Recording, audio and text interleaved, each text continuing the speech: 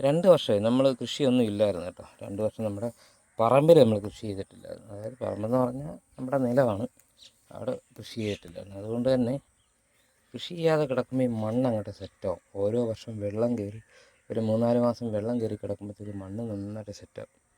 അപ്പം നമ്മൾ അടുത്ത പ്രാവശ്യം നമ്മൾ കൃഷി ചെയ്യാനായിട്ട് ഇത് കിളയ്ക്കുമ്പോഴത്തേക്ക് കിട്ടുന്നതെന്ന് പറഞ്ഞാൽ ഇതേപോലെയാണ്. ഇതുണ്ട കട്ട വെട്ടിക്കൂട്ടിയൊക്കെ ഭയങ്കര കട്ടിയാണ്, നമ്മൾ പാറയ്ക്ക് വെട്ടുന്നോട്ട് ഇരിക്കരുത്. അപ്പോൾ അങ്ങനെ നമ്മളിത് പരുവപ്പെടുത്തി എടുത്തിട്ട് വേണം ഇതിനകത്ത് കൃഷി ചെയ്യാനായിട്ട്. ഇതുണ്ട്, ഇത് വാര കോരി ഇവിടെ വന്നപ്പോഴത്തേക്ക് എൻ്റെ പകുതി ജീവൻ പോയി, അതുമാതിരി കട്ടിയത്. പക്ഷെ നമുക്ക് അതൊരു സന്തോഷം. എപ്പോഴും കൃഷി എന്ന് പറയുന്നത് നമ്മുടെ ഒരു എന്താ ഏറ്റവും സന്തോഷം തരുന്നൊരു കാര്യത്തിലാണ്.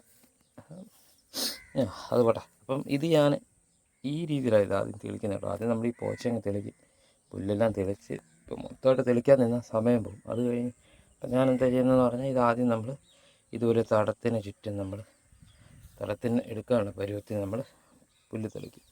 പുല്ല് തെളിച്ചുകൊണ്ടാണ് നമ്മൾ അതിന് ശേഷം നമ്മൾ ഇതുവരെ തടം പെട്ട് ചെയ്യുന്നത്. ഇത് നമ്മൾ വെള്ളം വീഴുന്ന കഴിയുമ്പോഴത്തേക്ക് നമ്മളിത് വെള്ളം നനച്ച് കഴിയുമ്പോഴത്തേക്ക് ഇത് പൊടിയാൻ തുടങ്ങും. അതുവരെ നല്ല കട്ടിയായിരിക്കും ഇത്.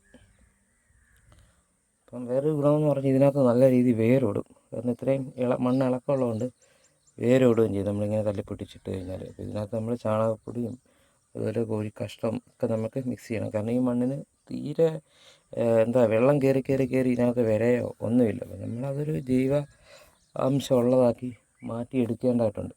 അപ്പോൾ ഇതെല്ലാം എനിക്ക് തെളിക്കാനുള്ളതാണ്. അപ്പോൾ ഒരുപാട് ഞാൻ ഈ പ്രാവശ്യം താമസിച്ചു. ഫെബ്രുവരി ഇത്ര പകുതി കഴിഞ്ഞു. അപ്പം ഇനിയെങ്കിലും നമ്മൾ ചെയ്ത് തന്നെ ഒരു 2 മാസം കൊണ്ട് നമുക്ക് ഒന്നും ആകില്ല. ഈ പ്രാവശ്യമൊക്കെ എങ്ങനെയാണെങ്കിലും മെയ് അവസാനം ജൂണിലാകുമ്പോഴത്തേക്കും മഴ തുടങ്ങിക്കഴിഞ്ഞാൽ ഇവിടെ വെള്ളമാകും. അതിനു മുമ്പേ നമ്മളിവിടെ കൃഷി ചെയ്ത് അവസാനിപ്പിക്കാനായിട്ടുണ്ട്.